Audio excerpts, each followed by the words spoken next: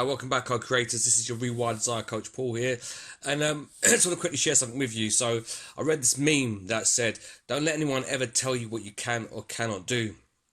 Look at Beethoven. People told him that he can never be a musician because he was deaf. Did he listen? So I mean, I thought it was quite funny, but at the same time, it was true. And it also reminds me of the story of the frog that was stuck in a hole, and he was trying to get out, and it was telling him to stop trying, it's pointless, you're never going to get out.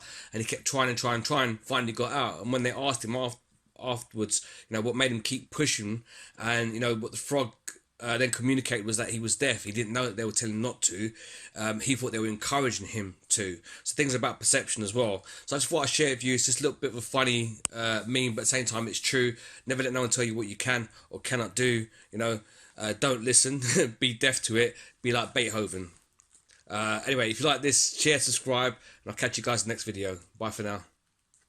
Remember to like, share, subscribe, and I'll catch you guys in the next video. Bye for now.